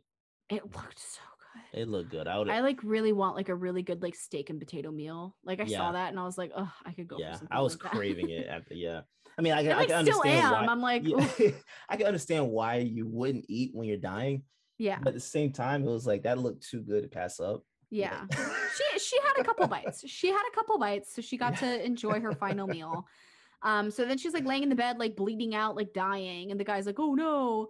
And like he runs to the door, and he's like, "We need a doctor. She's bleeding out." It's like, bro, you're playing a game to the death. Like, yeah, they're not gonna do anything. They're not gonna come in and like suture her up. Like, they're gonna just let her die because that's the whole point of the game. Yeah. And then the other guy kills her, and I'm just like, oh, because they leave them with the steak knives. Mm-hmm. Oh, also with the husband and the wife, the husband killed himself. Which was that was like, again, that's why it pissed me off. Like, why in the hell did you not just do that to save her? I don't know. You still died like 10 minutes later. Like, what's the point? So whatever. But so the friend, or what is his name again? Sangwoo, he kills her. He slits her throat or stabs her in the throat so she bleeds out faster. Stabs her clean. Yeah. That was wild. Yeah. So then like the doors open and he's like, "You're coming to save her," but they bring a box. And so they plop her in that box and it's just the two guys now. And now we're at the final game, which is the Squid Game. Yeah. So this is a version of tag and was played in South Korea in the 70s and 80s. It's played on a squid-like field, which is basically a square with a triangle on top and a circle above that. Two teams go up against one another, a defender and an attacker. A player of the offensive team must reach the squid's head at the top and touch it with their foot, but the defensive team will do everything to stop it. Everything to stop it. So that was tag. Yeah. I did not get that either. So it was like a form of tag. Okay. And so these two guys are just going at it, fighting the shit, beating the shit out of each other. Like they still have like one of them still has the knife because he left it in his pocket. Mm-hmm. And like they're just fighting and they're like, we can stop this. Like, because one of the rules with the game is like if you get an even or majority rule or was it like everybody had majority rule to stop the game, it would just end the game. Yeah. No money would be given to anybody, but everybody left would be able to just go home. They'd be able to. So what would you have done? Would you have voted to stop? I don't know. Because like if it was if I was in the same position, it was like my childhood friend or like whatever, and we were still friends or something, I'd be like, bro, let's just go. But at the same time, I'm like, I don't know if they would like honor, like after I saw all that, like would they let me walk or would the game just end and we'd both be dead? Seeing that was and if it was somebody I didn't know, I'd be like, you're going down. Yeah, that was my whole thing. Like how are you able to fully like confidently say that even if you win the game, you actually get the money? Yeah, that was my number one question. It's like, if you win, do you actually win? Yeah, like, but after seeing Sang-woo do all those things that he did, and seeing as how he was about to attack. Oh yeah. I would have fought him. Oh, we not friends anymore, bro. Yeah, like, no. I don't care. I look. Yeah, no. I would. Yeah, it ain't. That's what I was saying. Like, that's what I was saying is like, if we were still friends, like if we continue. No, we're not friends. If you try to kill me, we ain't friends anymore. That's what I mean. Like, if we were still okay, then I'd be like, all right, then let's just make a deal. We'll end it. But if you were coming at me, I'd be like, sorry, I'm just gonna. Dude was. He didn't look. He could have saved 456 during that honeycomb thing, because he knew the game. Yeah, he's like you can and 456 had a flashback of it. Mm-hmm. Like he could have actually saved me the time of going through that whole thing and potentially dying. Yeah, by just saying, hey, like. Choose this one. Yeah. Take this one instead. Because that's the thing. Like, again, it's the advantage, having the advantage of knowing when you're playing games. So like, I would have taken that personal. Mm-hmm. Don't care. I would have taken it personal. Yeah. You could have saved me back there. You knew I was about to choose this shape that could have really killed me. Yeah. I made it, and you acted like everything was okay. Now we're here, and you already tried to come at me again. Yeah. Bro. You're done. We're done. So you're done. And I'm going to test to see if I can actually take this money or not. And if I can take the money, hey, good. I'll watch out for your mom. Otherwise, they were going to kill me anyway. Like, I'll look after your mom, I'll go get some fish. but yeah, no, like it's so that so they fight and it gets to the point where 456 is seeming to be the victor, and then he's just like, hey dude, like let's just vote, and then he fucking Sang-woo just stabs himself in the neck. He just I don't even, and then he's like, my mother, like as he's bleeding out. Okay, is it, what's the right way to say this? He had legal issues, right? He was gonna go to jail. Yeah. So do you think that's the reason why he killed himself? Maybe because like, had he even won, like, you're not gonna be able to enjoy the money. Yeah. So if unless you did he all used that, the money to pay off the people so he didn't have to go to jail or something, right? Which he could have done, but so if you do all that, why the hell did you not just allow Ali to take the round? Oh shit, yeah. Maybe he just like thought that he could maybe get out of it. Like maybe work something out with the game maker, and I don't know. So that was wild. In the end, hi Bubba. In the end, 456 wins. He wins, and he gets the 45.6 billion won, which is and like 38 million, 38 somewhere in there. 37 or 38 million dollars. Let me look it up really quick. What is it? It was 48.6. What? I thought it was 48.3. No, 45.6. Yeah. Okay. Is 40. Oh, no. Not million. I need a B there. I wrote million. I meant to write billion. Yeah, 45.3 billion. Is 38,460,271.20 in US dollars. See, it's showing for me $37,857,894.94. Still a hell of a lot of money, either way you look at it. It's a lot of money. Whichever way. It's just a lot. So he wins. He basically lives like a homeless man. Yeah. Like granted, he goes home. They drop him off in the middle of the city. They patch him up, whatever. He goes home. His mom's dead. It was the whole reason he was trying to get back, was to take care of his mom. She died. Yeah, just get money to get her to have the surgery. Yeah, and so she didn't even make it, which is sad. He basically lives homeless, like a homeless man. For a year, even though he has the money, and like banks know he has that money. Like, he just lives like a homeless man. Then he borrows money from like a bank dude. He's like, hey, can I get 10,000 won? And he's like, yeah. Because he's like, it doesn't make any sense, because he's like, bro, you have like billions of dollars in the bank, but like you need to borrow a few bucks from me. Like, what the hell? Which also weird. 10,000 won is like not even $9 US. It's like not even $10. Okay, thank you. Yeah. I forgot to look that up. Yeah, no, I looked it up when I was watching it. I was like, how much is that? It's like $10. Not even. Okay. It's like eight and change. And so he ends up with another fucking card, the little triangle, square, circle card. Mm-hmm. And obviously he's like, well, what the fuck? Like, so he goes to the address, and who is it but the old man, Mr. One. What the that It pissed me off. I cried for you, old man. That pissed me off because I was like, bro, that I don't. That old man, and I was trying to figure out, like, because he already made it seem as if the tumor was bad.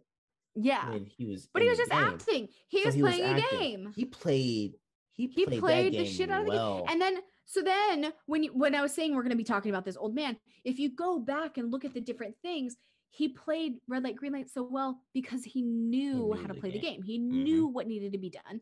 He played the tug of war.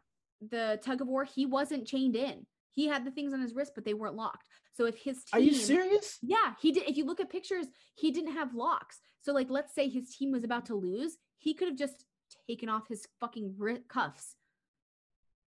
He would have been fine. He could have taken off his cuffs and taken a step to the side, and he would have been fine. That is amazing. So he wasn't locked in. He knew the sugar, the honeycomb thing. So he knew the honeycomb thing. Which shape did he choose? I don't remember. Triangle? Probably. Yeah, maybe triangle. Hold on. That is so amazing. I didn't even, because he was closer to the back in that tug of war, right? No, I think he was kind of like in the middle. That was great strategy though. That was phenomenal strategy. Yeah. Also, it was one of the things when he was in the tug of war game. If you know how like the thing would like censor the people, like it would sense the people. It would like, or not tug of war, I'm sorry, red light, green light. Yeah. It would like go over and like scan the people. He never lit up. It was in the system to not have him light up. Oh, so that's why he. Okay. So he never was able. Yeah. He was enjoying that game. He was playing his own game. Like he had fun. He was enjoying that. And then he picked shit, I'm trying to figure out which one he picked. I can't find it. I don't know which one he picked. There's not even a picture of him holding one. So I don't know, whatever. He knew the game enough to know like which one to pick. Yeah. And then so then in tug of war he wasn't even chained in. And then the marble one, he went and found his closed off room. Yes.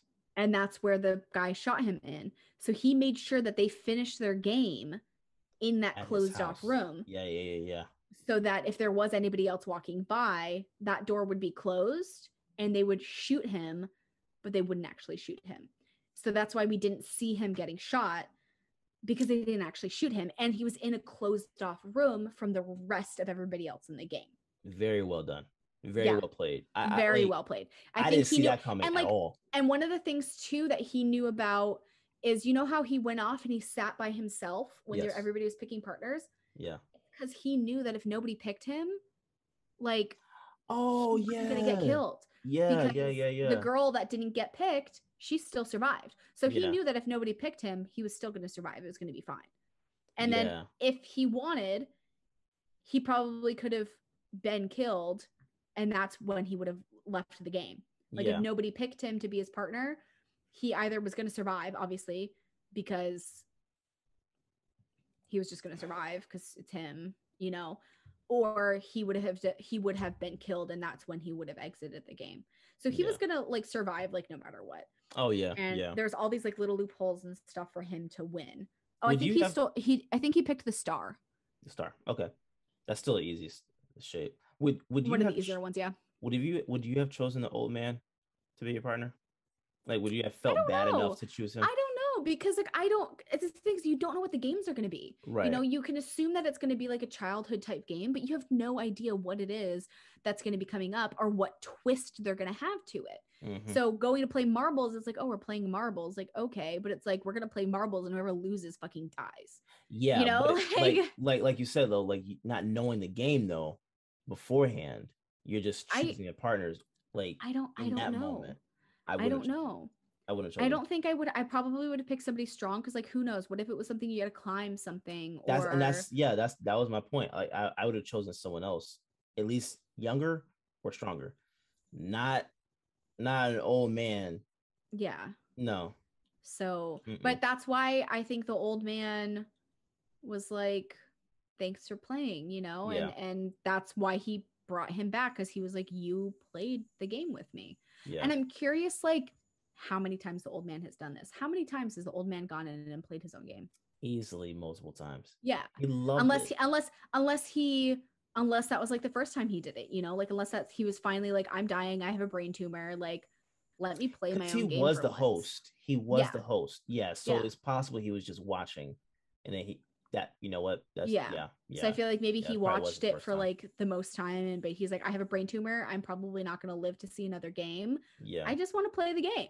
Yeah. So he. That makes sense. Yeah. It was a good show. Very well done. And they left it open for a potential second season. So I'm looking forward to that. I wonder what. Oh, there's no way they're not going to make another season. Oh yeah, no. I'm just curious as to how they're going to play it. Is he going to come back as like a worker? Because that red hair killed me. Oh my god, the fucking red hair. The cop that got shot. Yes. He got shot in the shoulder. Yeah. Because his brother shot him. I don't think he got shot. Yeah, he got shot in the shoulder and he went off the cliff and we never saw his body. Yeah. So I think he's still alive because he was able to get the signal out to get back up to come to the island.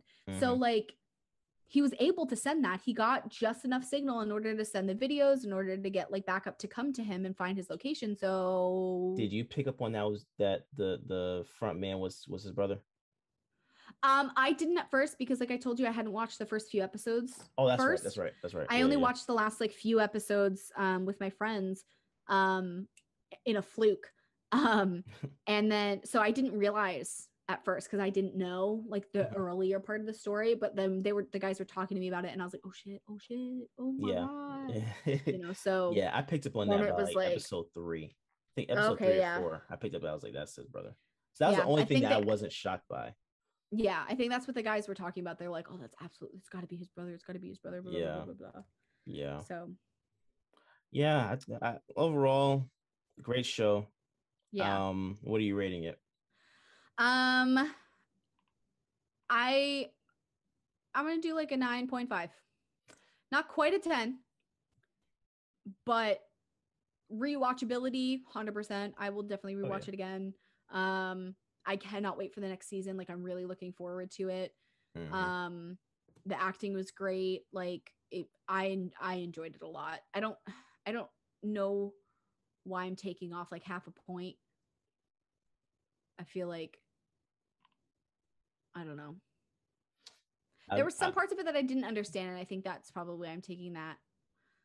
Like, well, see, that's the thing. I would do 9.5 as well, but the reason why I'm not giving it a 10 is because of the fact that there wasn't a true understanding of how you were supposed to watch this. Yeah. So like, and I don't have a problem with the translation aspect of it, but I have a problem with Netflix not telling us beforehand. Watch it in this format so that you can get a better understanding of the translation. Yeah.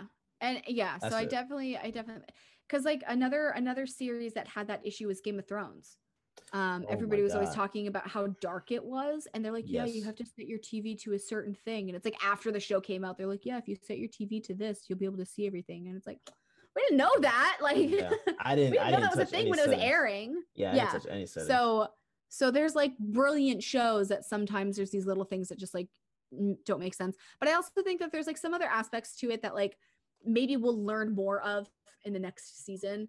But IMDb gives it an 8.3. So it's currently number 1 in popularity. Yeah, I mean, which makes sense. The white Vans went up in sales. I think they sales like somewhere around like 7. They weren't even wearing Vans. Those weren't even Vans. I didn't think they were. They were Converse slip-ons. Yeah, like, but they said that the sales went up like tremendously. Which, hold on, let me look at that. I think they said it was Vans that did that. van sales. Yeah, white after... white van sales spiked 7,800% at the Squid Game premiere. Because I don't think they were, because me and my friend that I watched it with, we both have worked at Vans for many, many years. I've been at Vans for 4 years. He was at Vans for like 8. I don't, were they Vans? Because I thought they were at first, but then I got like another look at them and I was like, I don't think those are Vans. Or if they are Vans, I think they removed the back Which would make hold sense. on. Ooh, sorry, Chloe. Watch out, Bo. Watch out.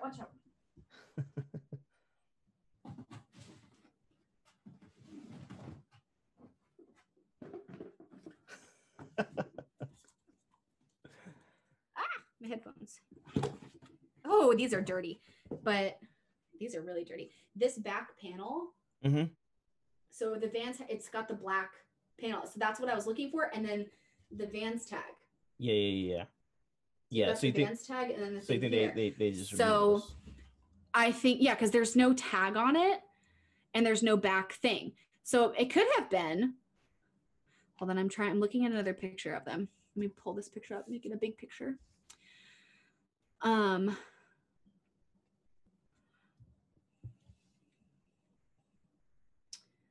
It's not. No, because the front toe cap piece, this piece, the front bit on the rubber, the sole on Vans, it curves down. On the show, it cuts straight down. Okay. So I think so. So Vans still benefited. They definitely still profited. Hold on. Let me look up Converse.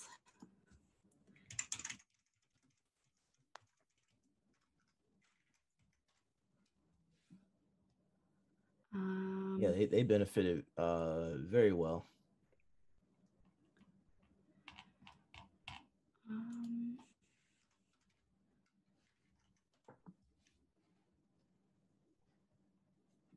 No, only like the Vans ones are coming up.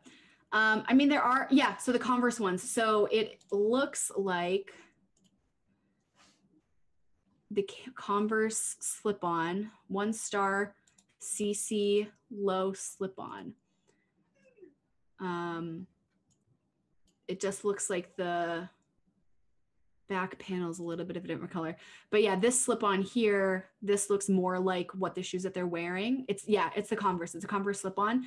The only difference is that these ones have like a red foxing and a black or blue foxing stripe, which I'm sure you can just get rid of. Okay. But it's a Converse slip-on. Okay. That's so funny. Or the Adidas? No, it's the Converse. Because that front rubber toe, like the pattern, I'm so sorry.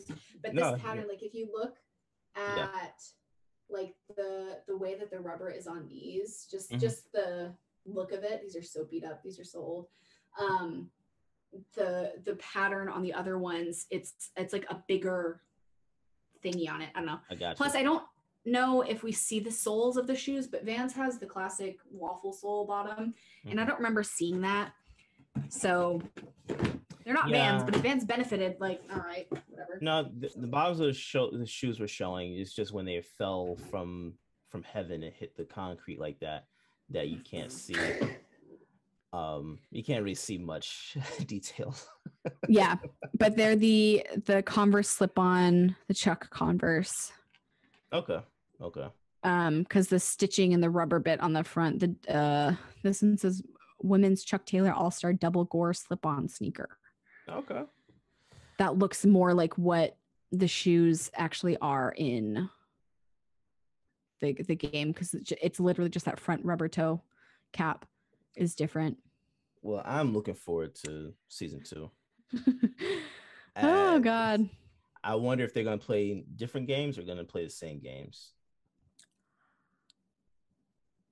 Sorry, I'm reading. It turns out sales of the completely white Vans shoe have spiked over 7,800% since the show's premiere.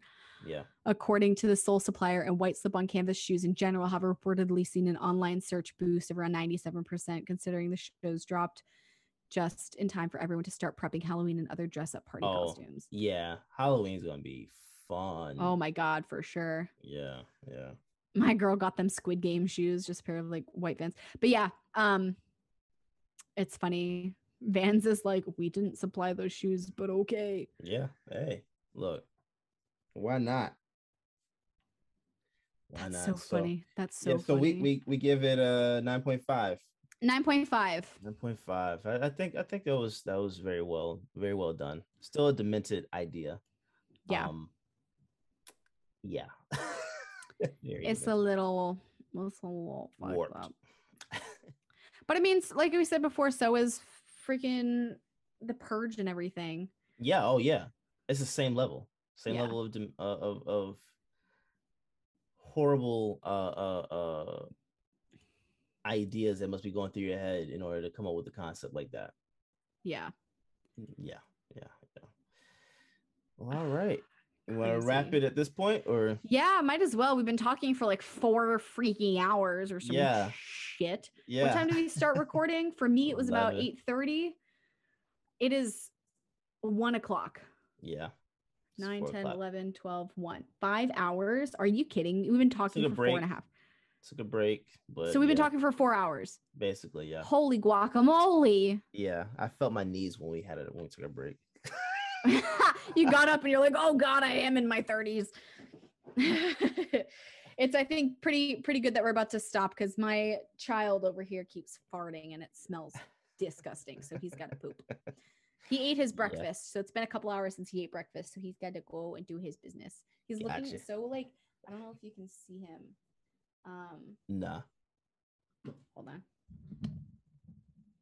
Bowie, where are you? Nah, he's hidden. Oh, I got it. I see him. Yeah. He's just right there. He's my boy. Wait, do you have to go outside? Do you have to poop? Do you have to do your business? All right. Well, everybody, you know our handles. I mentioned in the last one, Sour Sweet Spooky. I'm doing the 13 days of Halloween, the 30 days. God damn it. Yeah. The 13 days of Halloween, not the 30 days of Halloween, because I was getting way too anxious because I wasn't even. He just ran into something and like hit himself and was like, what the hell was that? 13 days of Halloween is going to be on Sour Sweet and Spooky, at Sour Sweet Spooky on like pretty much everything. And then my personal stuff is at Jessica Lemon with 2 L's. Yep. And you can find me Derrick_OTS. That's DERICK. But follow the brand OTS Media Co. All social media platforms, youtube.com/OTS Media Co. And go to otsmediaco.com. You can find out all articles we have up, all the shows that we have going on, shows that will be coming. Some of them I have not posted on there because I had to update the website. So we will be getting some stuff to you guys real soon. Just keep watching. Please rate and review. I will say that again. Please rate and review this show. Please. If you rate and review, it gives us the opportunity to focus more on the show. Yes. Maybe be able to do more with like maybe like Patreon fun bonus content, cool shit, you know, like we could do some cool stuff. Yeah. So please. One more minute, Bubberino. He is like, let's rate go. And review. And let us know what you think. Hit us up on social media. You know, and let us hear from you. We want to hear from you guys. Yeah. All right. So we will catch y'all next week. I think we're going to do our top 5 horror films next week. Oh my God. We forgot to do that again. It's fine. So it's We've fine. been doing stuff for hours. It's fine. Yeah. So we'll do it next week. We get to that list next week and you prepare for Halloween and all the fun horror stuff that's going on. So we will catch y'all next week. Bye. Thanks again for watching. Bowie watching or listening. Or listening, whatever. Bowie says goodbye too. Do you say goodbye? Yeah. Say goodbye? All right. Oh my God. Okay. Bye.